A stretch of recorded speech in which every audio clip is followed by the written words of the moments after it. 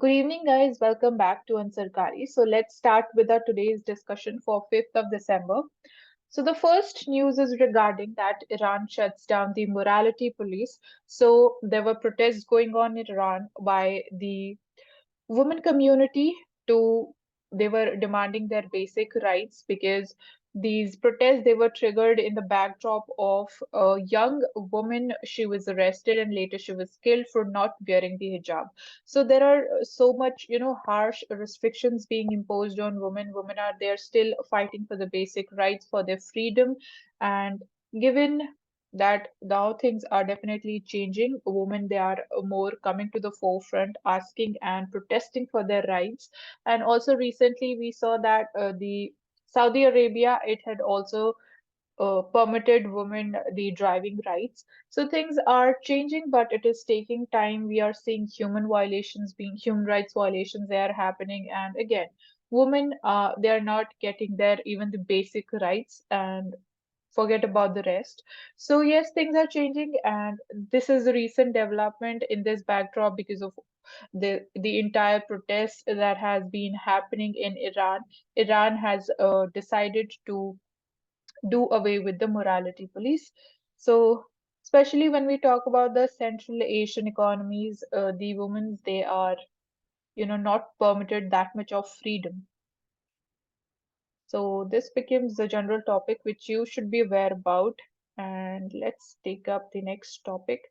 So we see that drones will now be used to supply drugs in the state of Meghalaya in the farthest areas which are difficult to access via the present infrastructure of roads or any other infrastructure. So we'll be using drones and they'll be supplying medicines, vaccines, and other healthcare necessities to the primary healthcare centers. And they'll be using a customized drone, which is the Vertiplane X3.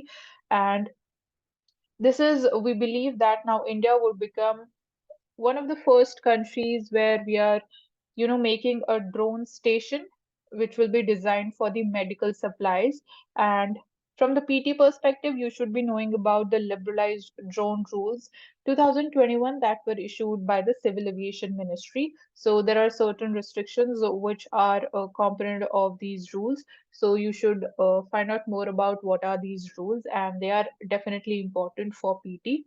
Then we know that, and we had also talked about this earlier, that the state of Maharashtra and Karnataka, they are having a border issue. They have a border dispute over the Belgavi. So currently Belgavi is a part of the state of Karnataka, and Maharashtra is demanding that it should be made part of the Maharashtra state because there are Marathi speaking people which live in this area, and there are certain areas which are currently part of Maharashtra, and Karnataka is demanding to make them as a part of the state of Karnataka. So let's see what is going to be the final decision, but there's a small thing which you should be knowing. Then talking about the Mulla Periyar Dam. So currently this dam, basically it is located in the state of Kerala, but it is owned and operated by the state of Tamil Nadu. So that's why the headline is saying that Kerala is demanding that the water should be released from the Mulla Periyar dam by the state of Tamil Nadu. And from this news, you should be knowing about the dam safety bill. What are the measures which should be taken to ensure dam safety, given that there are few dams which are even, 100 years old in India. And yeah, so they should not be a threat to human life, to the people, to the habitations around the areas of such dams. And find out more about features of the dam safety bill. Then GST collections, they show that consumers, they have been cautious about the festive spending. So obviously people, they have become more cautious when it comes to spending, given the impact that the COVID-19 pandemic had on all of us, and also given that we are still recovering out of the impacts that the COVID-19 had. And also there is one more thing, that the future prospects, they are not so positive. The future, it does not shows that much of a positive picture, that people, they have again recovered back to their pre-pandemic positions. So the data shows that uh, people, they are still cautious about their festive spending, and they are taking cautious steps, given that we are now having predictions about whether we are heading towards a recession or not, given the global slowdown. So all those things combined, people they are cautious about their spending. Then this is one of the most important articles as far as today's newspaper is concerned. So it is talking about soil health management, and then it connects the topic with the food security issue. So it is like given very beautifully with proper details. So let's start. So soil, it has to regulate it plays an important role when it comes to regulating the planet's climate by storing carbon, and it is the second largest carbon sink after the oceans. So, one of the most, we can say, the largest carbon sink when it comes to the importance of soil.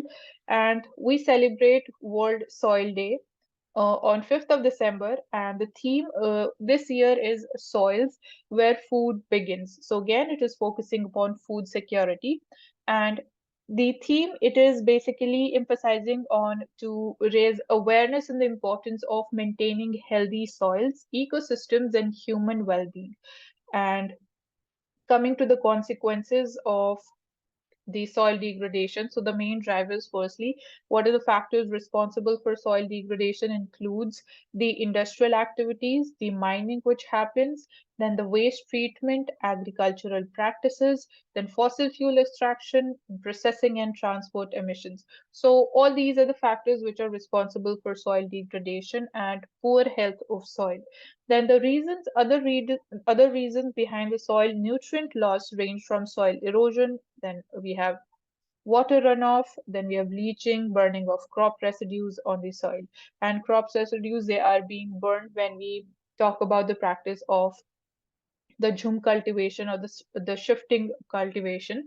So that leads to erosion of the soil fertility. And talking about the data, there is a 29% of India's total land area which is affected by soil degradation. And in turn, this definitely, obviously, it impacts agricultural productivity and insight to biodiversity conservation, water quality, and the socio-economic well-being of land-dependent communities. Basically, people, the farmers, the people who have their livelihoods dependent upon the agricultural sector. So there is such a huge impact when the soil gets impacted. So these, firstly, we saw what are the factors and how different practices they are impacting the quality of the soil. Then we see that excessive use of fertilizers and pesticides is another reason behind this. Then irrigation with contaminated wastewater, they are also polluting the soils. So this paragraph or this part of the article is talking about what are the factors responsible for the soil degradation. Then moving ahead, what steps have been taken by India? What is the conservation strategy that has been adopted by India? So we have adopted and we are working upon a five-pronged strategy for conserving soil.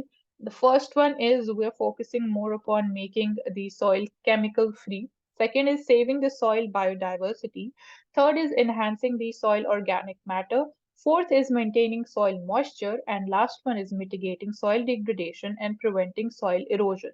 So you can definitely cite all these five points when it comes to what are the strategies and which areas is India focusing upon when we talk about reviving back the soil quality and also not letting it degrade further. So these are 5 points, and mostly all of us knows that we are focusing more upon, we kind of tend to repeat the word of soil degradation, loss of soil fertility, and soil erosion. So you get new points that we are focusing more upon making soil chemical free, reviving the soil organic matter, maintaining a certain amount of moisture level, and then also saving the soil biodiversity. So this can make your answer obviously different from other people who do not know about the strategy that is India has adopted. Then earlier the farmers also lagged upon when we talk about the information, the awareness relating to the soil type that is present on their agricultural land. What are the soil deficiencies that the soil is suffering from, and how much should be the moisture content.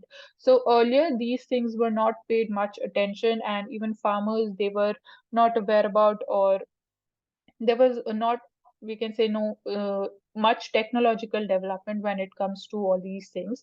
So government in 2015, it launched the soil health card scheme, which we all of us know. And basically under this scheme, it has been used to assess the current status of the soil health and then determine what changes are required to improve the health of the soil. So that is the direction in which this scheme is working. The second step was Pradhan Mantri Krishi Sinchai Yojana, which is working upon regeneration of the natural vegetation, rainwater harvesting, and recharging the groundwater table. Then third is the National Mission for Sustainable Agriculture, which is focusing on reviving the traditional indigenous practices and reducing our dependency on chemicals. We are using so much of fertilizer, especially the urea, and decreasing also the monetary burden on the small holder farmers. When we are saying, when we talk about organic farming, when we talk about zero based natural farming, so that is the aim or the objective of the National Mission for Sustainable Agriculture. And also the FAO, that is the Food and Agriculture Organization, is in, like, it is taking several steps in collaboration with different organization, institutes, and ministries in India. So it is collaborating with the National Rainfed Area Authority, Ministry of Agriculture and Farmers Welfare to develop forecasting tools. So basically focusing more upon developing technology and using data analytics to make informed decisions on crop choices, particularly in the rain-fed areas. So these are the key terms: using data analytics to make informed decisions as to what should be the crop choices, particularly the rain-fed areas. Then FAO is also working with different schemes. It is like basically providing more funds. And suppose we take the example of Deen Dayal Antyodaya Yojana, National Rural Livelihoods Mission. So community resource persons, they are being they're basically working more upon skill enhancement, giving them more training, increasing their capacities and capabilities, supporting the on farm livelihoods for the adoption of sustainable and resilient practices. So, also focusing on the landscape level planning. So, this is the key term. And find out more about the Indian Council of Agricultural Research. So, FAO is also working in collaboration with it. And also, we are focusing more upon transitions to agroecological approaches and organic farming. And as far as organic farming is concerned, Sikkim is the first organic state in India. And so, what further steps are required? What are the missing things which we should pay much attention to? So, that includes, we need to strengthen the communication channels between academia, policymakers, and society, and also work upon identification, management, and restoration of the degraded soils. So, I'll repeat: first, we need to identify, then we need to work upon management and ensure the restoration of the degraded soils. Then we need to facilitate the dissemination of the timely and evidence-based information to all the relevant stakeholders. So these are the key terms. All these should be reflected in your answers. And as a consumers and citizens, definitely we also have a role, and we need to contribute by planting more and more trees to protect the topsoil layer, developing and maintaining our home or kitchen gardens, as we know, and consuming foods that are mainly locally sourced and they are seasonal in nature, instead of depending more upon the imported food items, which is definitely a burden on our BOP account also. So these are the steps which we as citizens of India can take and ensure a healthy and a good soil, because everything is revolving around the human health, because obviously here we were talking about food security. So these were the key points in this article, and let's move ahead. So we see that India has, obviously this is not an achievement, but yeah, India is on the top of the social hostilities index, which is relating to religion. So although Our rank is low as far as the government restrictions index is concerned, so that is a positive thing, but it is definitely high when it comes to the social hostilities arising out of religion, and especially when we look at the data for the first year of the pandemic. And this data has been provided by the report, which has been compiled and published by the Pew Research Center. And when we look at this table number 2, we see that the score from 2007, 2019, and 2020. So in India is at the top. Our score was 8.8 when we talk about this social hostilities index, and it has increased to 9.4. Even in case of France, the social hostilities on the basis of religion has increased. And in Egypt also it has increased. And when we look at Afghanistan, it has decreased from 8.5 to 8. And when we talk about Pakistan and Iraq, even in these countries also, the social hostilities they have increased on the basis of religion. Sorry, decreased. In Pakistan and Iraq, it has decreased. In India, France, Egypt, it has increased. So that was a small comparison. And these are the 13 indicators which have been used to calculate this index. Then, as we just talked about the soil health, we see that more than half of the Jharkhand's forest land is unfit for growth. So again, this comes down to the soil health. And yeah, we need to work more upon this area, because if the quality of soil gets degraded, then it is definitely going to impact the food security of India and obviously of the world. Because again, climate change is one of the factors, and we are taking steps, but we also talked about what are the missing areas that we need to focus more upon. Coming to China's growing presence in the Indian Ocean, and recently China also held a forum, that is the China Indian Ocean Region Forum, in which it was firstly said that India was not invited. Later, it changed the stance that India was invited, but India did not attend the forum. And we'll be also talking about the Indian Ocean Rim Association. So the forum basically underlines Beijing's growing strategic interest in a region, that is Indian Ocean, where its economic footprint has been deepening. So China is slowly and steadily it is increasing its presence and activities in the Indian Ocean region, and that is definitely a cause of concern for India and the littoral countries of the Indian Ocean region. So the joint press statement of the forum, it proposed to establish a marine disaster prevention and mitigation cooperation mechanism between China and the countries in the Indian Ocean region, and all parties they agreed to strengthen the policy coordination, deepen development cooperations, increase resilience to shocks and disasters. So however, you can see that the statement is focusing more upon disaster prevention and mitigation, but anyways it is, indirectly or directly it is trying to increase its presence in this region. And when we talk about the Indian Ocean Rim Association, you need to find out more about its role and what are the member countries. So currently it has 23 members, including Australia and Maldives, and there are 10 dialogue partners which you can go through. Also, frequent military presence is being witnessed and it is increasing in the Indian Ocean region as far as China is concerned. Also, China has established a military facility in Djibouti near the Horn of Africa. So open your atlases and find out which country is a part of Horn of Africa and where is Djibouti located. So yeah, this is the update when we talk about China's growing presence, and it is trying to assert in different regions of the world, trying to overpower, we can say, the power of the Western countries. Now we'll be talking about e-rupee or digital rupee or the central bank digital currency. So recently on pilot basis, the digital rupee has been launched, and coming to certain important facts which can come up in prelims. So e-rupee, it can be used for both person to person and person to merchant transactions.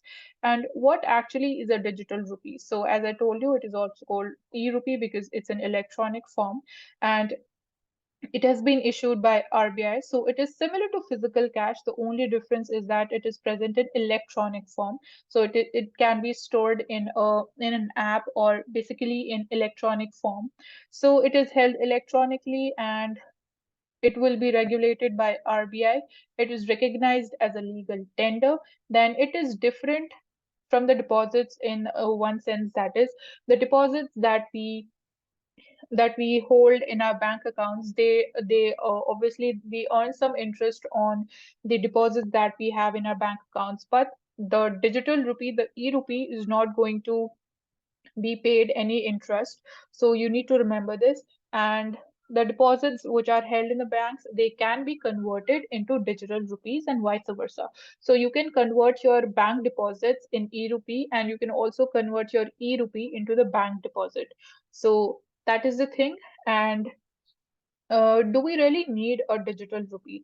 So to make digital rupee, RBI believes that it will make rupee more attractive when we are talking about, or when we launch e-rupee, because the currency to users, because when we compare it to cryptocurrencies, RBI has a belief that e-rupee is going to be more attractive than the cryptocurrencies. And obviously, RBI does not support cryptocurrencies, so that's why it has come up with e-rupee, so as to get more attraction towards it and reduce the usage, and how the people are obviously they are getting more involved in cryptocurrencies, and different scams, cyber attacks are happening, and ransomware attacks which are demanding cryptocurrencies in return. So cryptocurrencies, they have been viewed by many investors as alternatives to fiat currencies, which progressively lose value over time due to debasement by the central banks. So that's why people are more attractive, or they are getting more attracted towards cryptocurrencies. But since such a trend could threaten the sovereignty of the countries, because the cryptocurrencies, they are not regulated, and definitely poses a threat to the sovereignty of the country, to the financial system and the economy. So that is one of the things why e-rupee has been released by RBI, and also several other countries are basically they are thinking about the same thing, that is launching their own digital currencies. And also launching e-rupee will, it is going to make the transactions more easier and more economical. It is going to save, as we say, the shoe leather cost, and will be pretty economical when we compare it with obviously the physical cash notes. So the transactions, they are also going to be easily traceable, so reducing we can say more reducing the usage of black money, and yeah, reduction in corruption also. So that is, we can say, why do we need the digital rupee. So basically here we talked about the advantages of it. Now what risk can the e-rupee pose? So it is believed that it could disrupt the banking system, because when the interest rates offered by the banks, they are low, so obviously people would not be inclined more towards making higher amounts of deposits in the bank. So people, they may be more prone to converting their bank deposits into the digital currencies, and this is going to have a negative impact as far as the cash holdings of the banks is concerned. Because when people are converting more of their bank deposits into digital currencies, the obviously the deposits in the banks is going to reduce, and banks, they make their like they issue loans, or they extend loans to the people out of the deposits that they have. So once the size of those bank deposits is going to get reduced, banks lending capacity will be negatively impacted, and it will be able to issue less number of loans to the people. So that is one of the concerns, when only in the case when the interest rates are lower in the bank.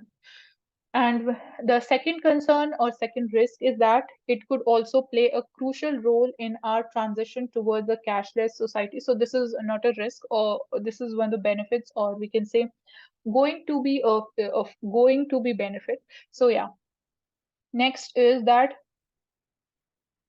it is also, so this is the only concern which I just said, that it can have a negative impact on the bank's lending capacity.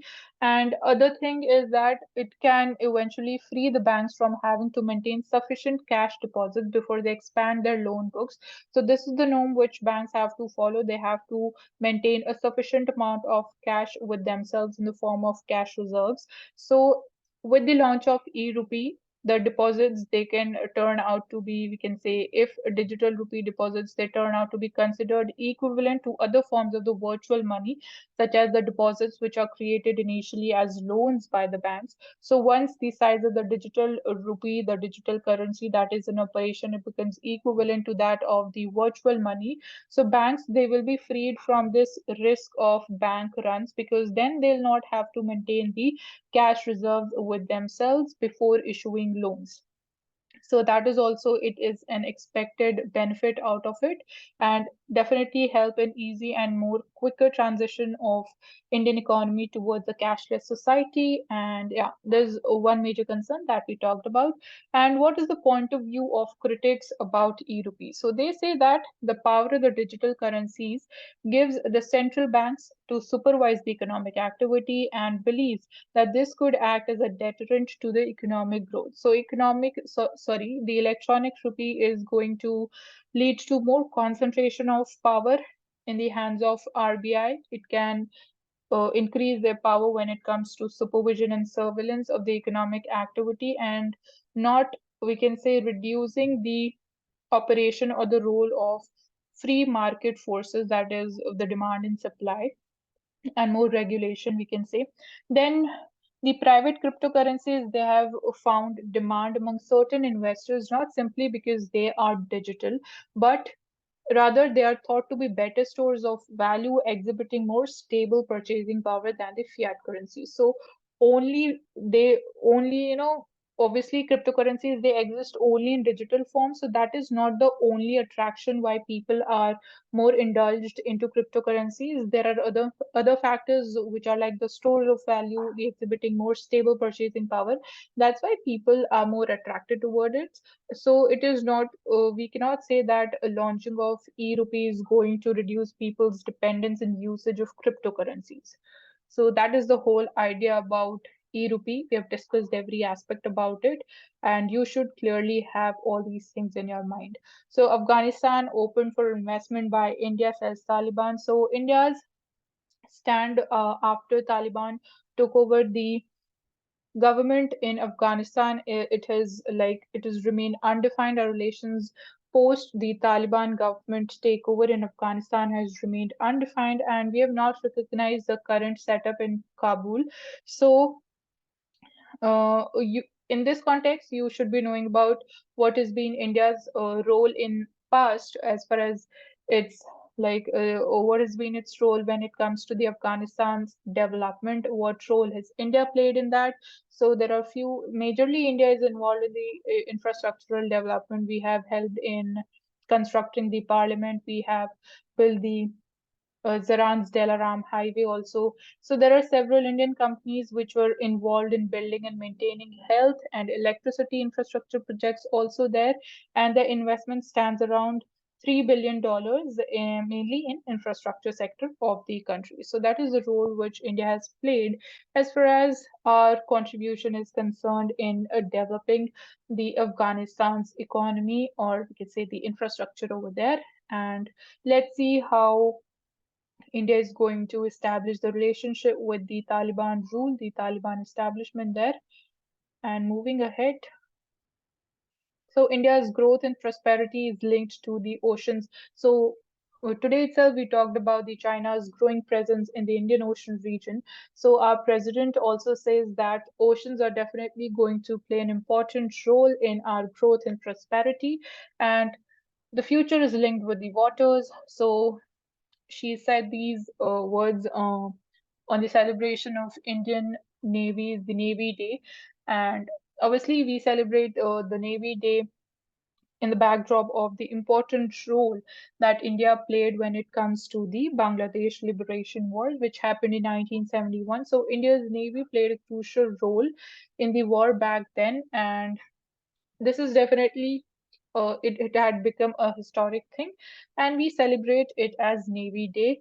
Also, she addressed Vishakhapatnam as a jewel of the East Coast. So, open your atlases and find out the different ports which are located on the eastern and the western coast of India, and their importance, the we can say the share they have in our shipping industry.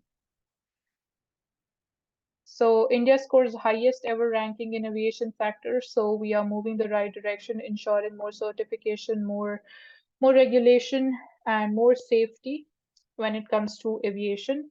So Singapore government it cites ruling by India's Supreme Court. So basically, this news piece is it helps in telling us that even the Supreme Court judgments they can have an international effect, and that can be seen when it comes to decriminalization of homosexuality. So Singapore has again it has its Supreme Court has given a judgment which has led to decriminalization of homosexual activities there, and protecting the heterosexual definition of marriage, and preventing its constitutionality from being challenged. So it has cited that even the India Supreme Court has taken a liberal stand when it comes to the issues of marriage and familial structure when we are talking about homosexuals and the LGBTQ plus community.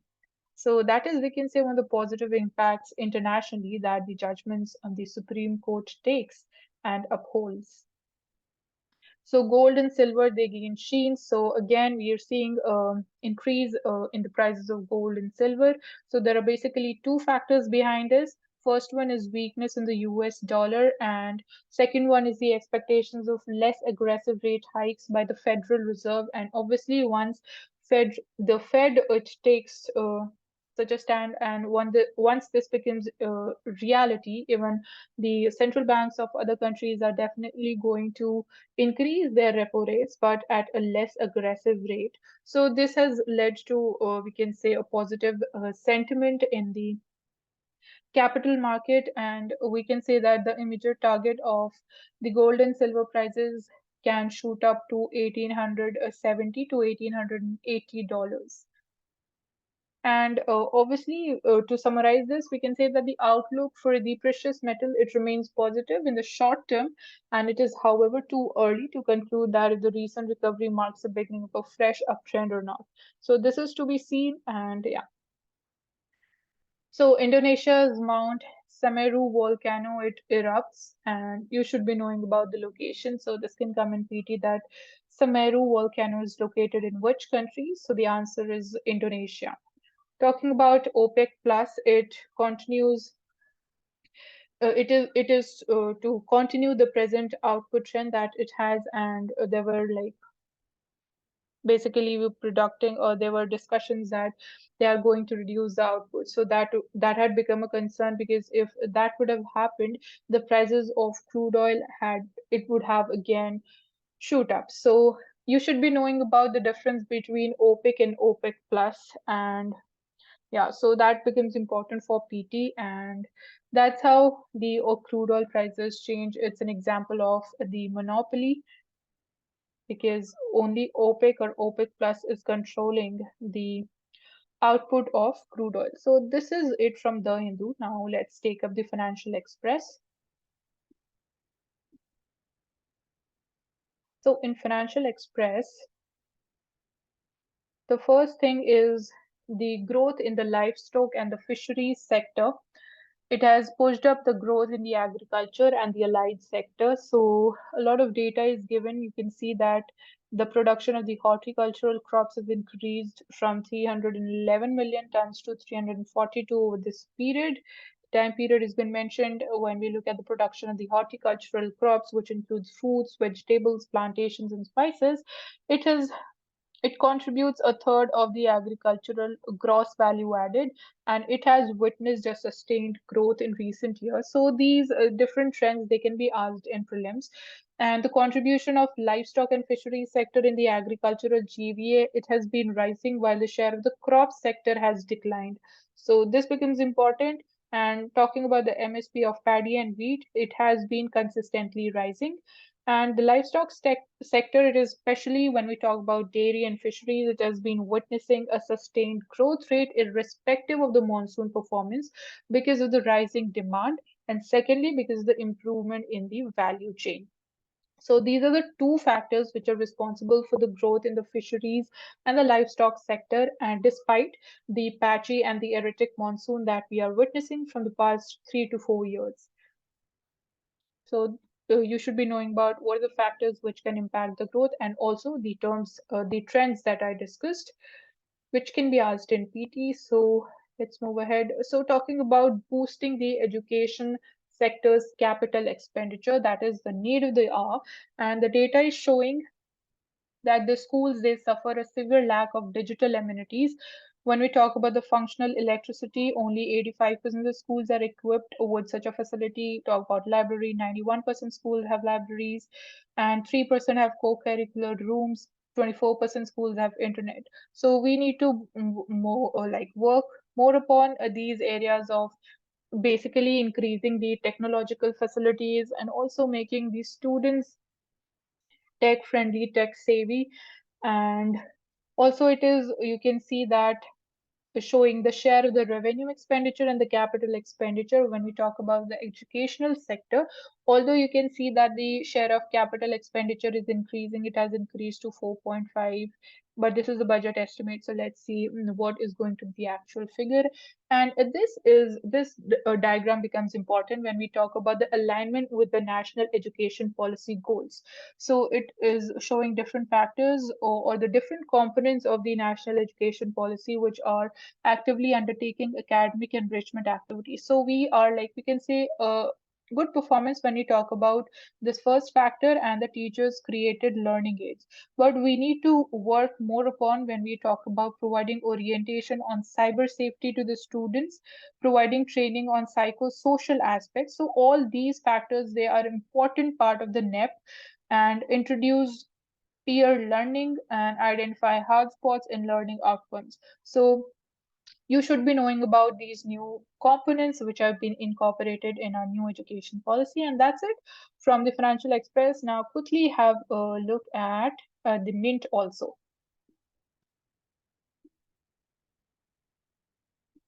So, in Mint, we have basically talking about obviously the concept of economy. So, we have a certain optimistic, we can say, ideas as far as Indian economy's performance is concerned when we compare it with the other economies given the global slowdown. So, talking about the different statements coming from the Financial Times and the Brookings Institution, is called India a bright spot in October, and so did the head of the IMF. So, some positive things said by India's growth, and we're moving upwards and upwards. Between 1990 and 2019-20, we saw the Indian economy grew at an average rate of 6% per annum, and the annual rate of population growth it dropped to under 1%, and the per capita income has improved and it has paced out with each decade. So when we compare our growth is less volatile than Brazil and Nigeria. It is faster than Indonesia and Philippines, and however, India does not have the stellar growth paths of Russia and China, but the situation is not that bad or that worse, given the entire economic situation that we are functioning in right now. So, talking about youth power, so growth, although growth in the working age population, it has slowed down, but India still enjoys the benefit of demographic dividend, which is the phase when the working age population outnumbers the dependent population. So that is one of the benefits which India can still take benefit of. Fiscal calm, so government has shown the will to curtail the fiscal deficit over time. So we have a target of achieving the fiscal deficit of 4.5% by the year 2025-26. Talking about the default proof. So we are not so much dependent upon when it comes to borrowing from the external sector. So let's see the figures from this graph. So it is showing that the external debt as percentage of the gross national income, so that stands at 21% when we talk about India. It is 16% in China and 40% in Indonesia, 48% in Vietnam. So it is higher when we talk about the Southeast Asian nations, and it stands at 21%. So this is not like so high. So talking about the short-term debt as percentage of the total debt, so short-term debt it comprises of 18% share. Then the forest reserves as a percentage of total debt stands at 93%, which is higher. Then the economic well-being. So misery index, it has two components. Firstly, it takes basically how it is calculated is that it takes the sum of inflation and unemployment rates. So whenever we have high inflation or high unemployment rates, we feel more, we can say, it is basically harmful for the citizens and obviously for the economic growth. So that shows the level of misery suffered by us whenever these two things are towards the upper end. And what else? It is showing that basically we need to balance between inflation, joblessness, and the growth. So that is the thing that we should focus more upon, maintaining a balance between these three factors. And yeah, that's it for today. Thank you for joining Ansarkari, and do not forget to subscribe to the channel, hit the like button, and share the video as much as possible. Thank you so much for joining. I hope you enjoyed the session and learned something new out of it. And yeah, see you tomorrow. Bye bye.